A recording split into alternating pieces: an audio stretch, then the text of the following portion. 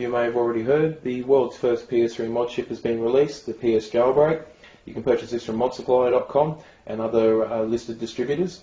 The device basically opens up the doors to being able to play third-party applications on the PS3, such as the backup manager provided by the Jailbreak team. You'd also expect a host of other homebrew applications to slowly appear over the coming months to years. It'll basically turn the PS3 into something similar to the old Xbox, which was an open platform, and today is still used as media centers and much more. The backup manager itself at this stage will allow you to make backups of your original games onto your internal PS3 hard drive or an external USB hard drive, flash drive, and play them from there. Do note that you won't be able to make backups of Blu-ray movies or DVD discs, just your original PlayStation 3 games. Now here we have the dongle itself. It comes in the packaging like this. There's no soldering involved with this device whatsoever. There's no opening up your console and voiding the warranty. It's quite an easy device to use and install. You will also need a USB flash drive to install the backup manager software and possibly other homebrew applications in the future, so you'll need to get one of those to use with the device. So what we're going to do now is show you how to first power on and install the backup manager. At first, with the PS3 Slim, you need to make sure that the power cable is out first and then plug it in. With the old fat consoles, you just turn the switch off on the back and then turn it on. And you'll put the dongle in the USB port in the front, and then press power and eject really quickly. Now what will happen now is that you'll see two lights on the dongle itself.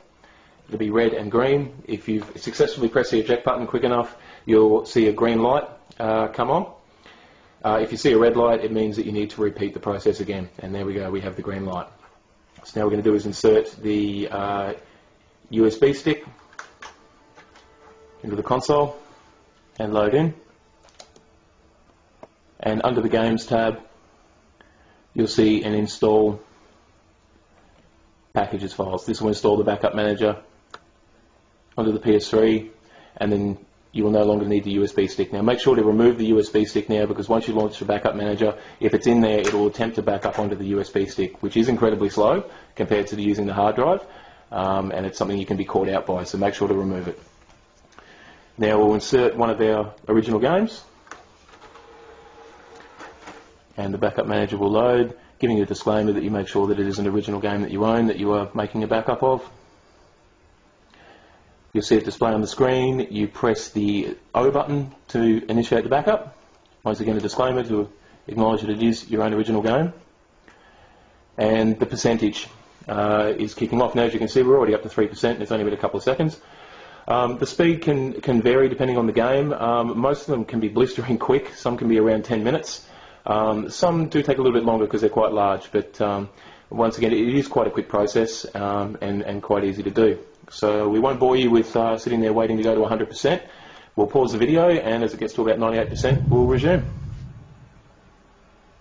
Okay, as you can see, it's at 98%. It's just about done, so we're just going to wait for it to finish. It's at 99.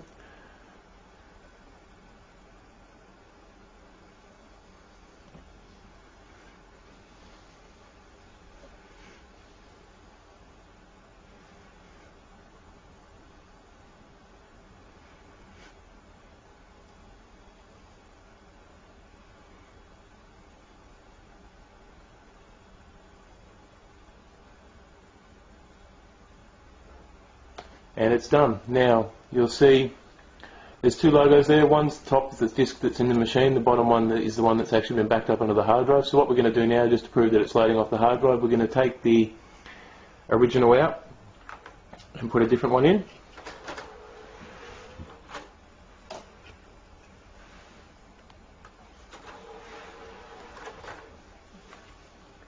And you'll see it come up on the screen in just a second.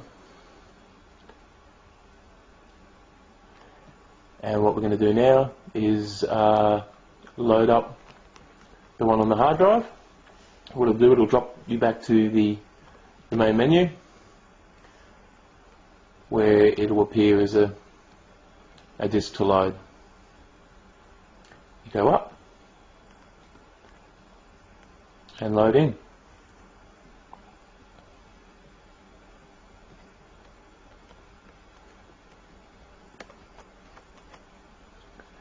And if the camera would focus, you can see that it is loaded.